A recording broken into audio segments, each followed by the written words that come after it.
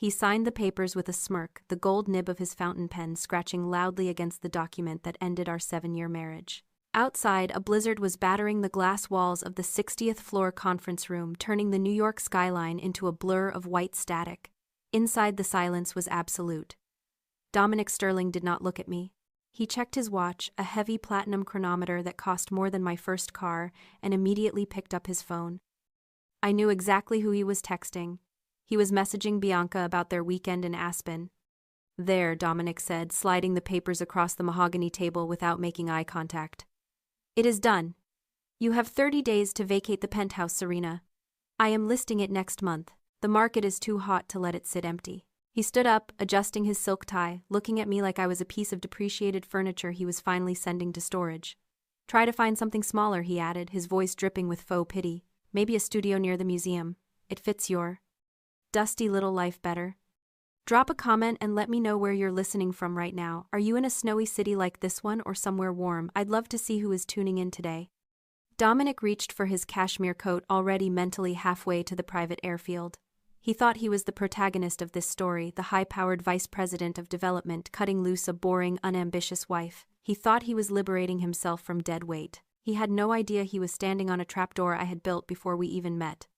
"Sit down, Mr. Sterling," Judge Keats said.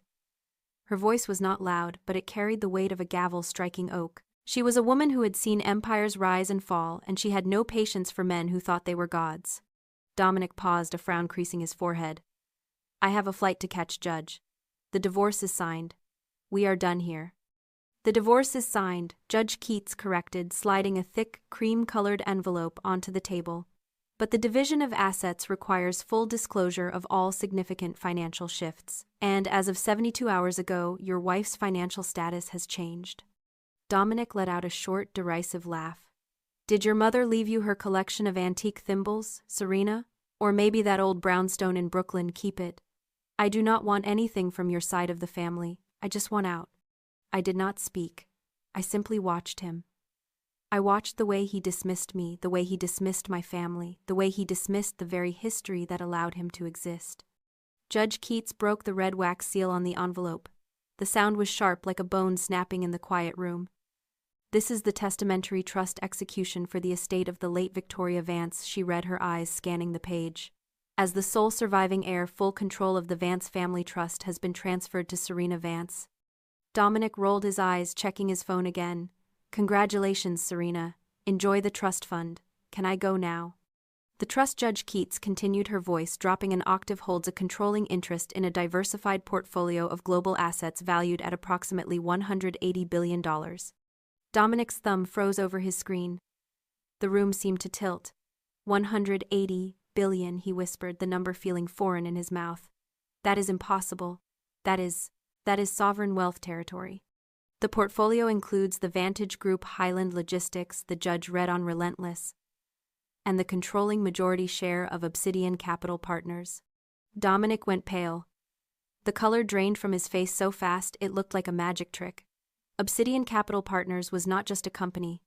It was the conglomerate that owned the development firm Dominic worked for. It was the entity that signed his paychecks. It was the landlord of the building we were sitting in right now. "That is a mistake," Dominic stammered, his arrogance fracturing. "Obsidian is owned by a blind trust. The board is run by a proxy, a woman named V. Moore."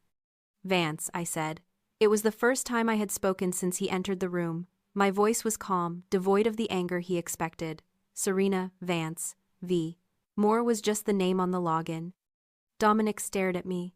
His eyes were wide, searching my face for the quiet, submissive wife he thought he knew. But she wasn't there. "You hated V. Moore," I continued, leaning forward slightly. "I read your internal memos, Dominic. You called her a dinosaur. You called her a blind relic who was blocking your progress because she refused to approve your high-risk zoning shortcuts. You spent 2 years insulting your boss to her face without ever seeing her face." "You," he rasped, gripping the edge of the table.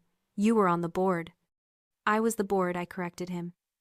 "You thought my silence was submission, Dominic. But in a panopticon, the observer must remain silent to see the prisoner's true nature. I wasn't just sitting in the background at those dinner parties. I was auditing you. And you failed every single test." The silence that followed wasn't empty. It was heavy like the air in a vault just before the door swings shut. Dominic sat there, his mouth slightly open, looking at me as if I were a stranger he had passed on the street 1,000 times but never truly seen. He was trying to reconcile the quiet woman who organized his socks with the chairwoman who had vetoed his riskiest acquisition proposals for the last 24 months. I watched the realization hit him in waves. It wasn't regret. It was calculation. He was rewinding the last 7 years in his head, looking for the clues he had missed, but he wouldn't find them because he never looked down. People often assume that those who serve do so out of necessity. They mistake silence for a lack of agency. Dominic believed that because I spent my days preserving history in dusty archives, I was living in the past. He called my work quaint. He called my passion for structural integrity boring. To him, architecture was about the facade, the glass, the height, the shine. He had built his career on what business analysts call the glass cliff. He thrived on volatility, taking high-risk, high-reward gambles that looked brilliant when they worked and catastrophic when they failed. And whenever he teetered on the edge of that cliff, whenever a deal threatened to collapse under the weight of his own ego, he assumed it was luck that saved him. It wasn't luck. It was me. For years I had been the invisible hand steadying the ladder he was climbing. When he proposed the Hudson Yards expansion, I was the anonymous vote that forced a mandatory environmental audit, saving the company from a billion-dollar lawsuit 6 months later. When he wanted to gut the pension fund to inflate the quarterly dividends, I was the one who quietly blocked the motion in the dark hours of the morning while he slept beside me. I inverted the dynamic. He thought he was the builder, and I was the accessory. In reality, he was the liability, and I was the bedrock.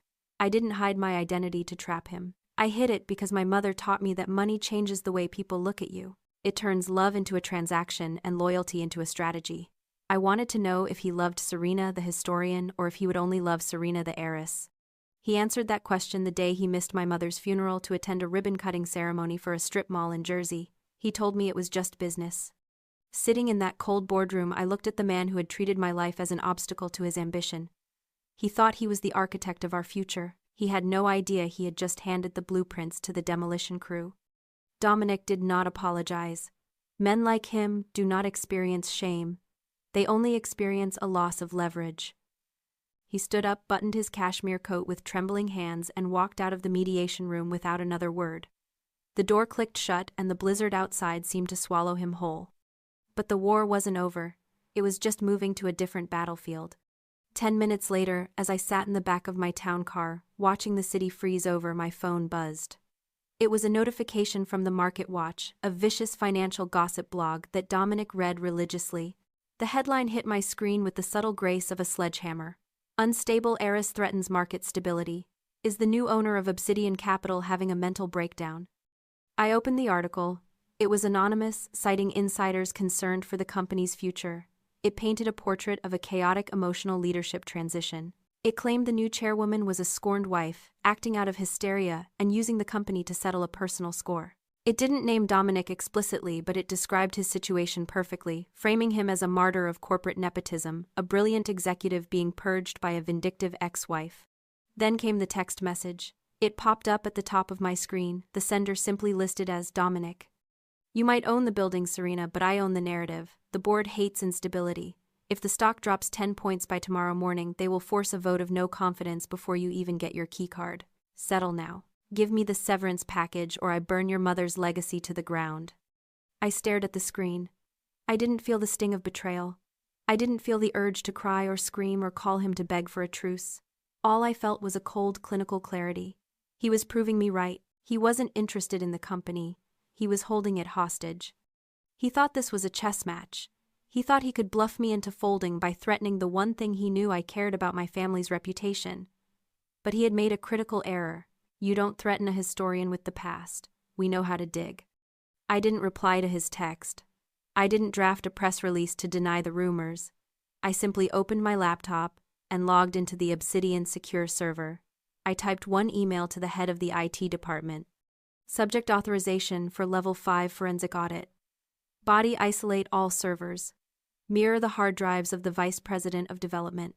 Grant access to the external forensic team immediately. I pressed send. He wanted a war of words. I was going to give him a war of data. Walking into the headquarters of Obsidian Capital Partners was usually a quiet affair. I would sign in at the front desk as visitor, wait for Dominic to finish his calls, and sit on the plush leather sofa unnoticed by the staff. Today, the atmosphere was different. It was the difference between a library and a bomb shelter. As I crossed the marble lobby, conversation died. Phones were lowered. The security guard, a man Dominic had walked past for 5 years without acknowledging, straightened his tie and nodded to me. He held the elevator open. He knew. Everyone knew. The boring wife was now the person signing the checks. I didn't go to Dominic's office. I went to the executive suite and summoned Bianca. She arrived 5 minutes later, looking like she was walking to the gallows. Bianca was 26, brilliant at spinning crises, and currently terrified that her career was about to end before lunch. She clutched her handbag like a shield. She expected the scorned wife to scream about the affair, to throw water in her face, to demand details about Aspen. I didn't offer her a seat. I stood by the window, looking out at the blizzard that was burying the city. "I am not interested in your personal life, Bianca," I said, keeping my back to her. "I am not interested in the texts, the weekends, or the lies. Those are emotional debts and I have written them off." I turned to face her. She blinked, thrown off balance by the lack of rage. "I am interested in my company," I continued. "Dominic is using firm resources to run a smear campaign against the majority shareholder. That is corporate malfeasance. If you are involved, you are liable. If you are merely following orders, you are a witness." Bianca swallowed hard. She was smart enough to know that loyalty to a sinking ship is just a fancy way of drowning. "He told me to release the article," she whispered. "He said if we painted you as unstable, the board would panic. He made me draft the press release for tomorrow. He gave me the files."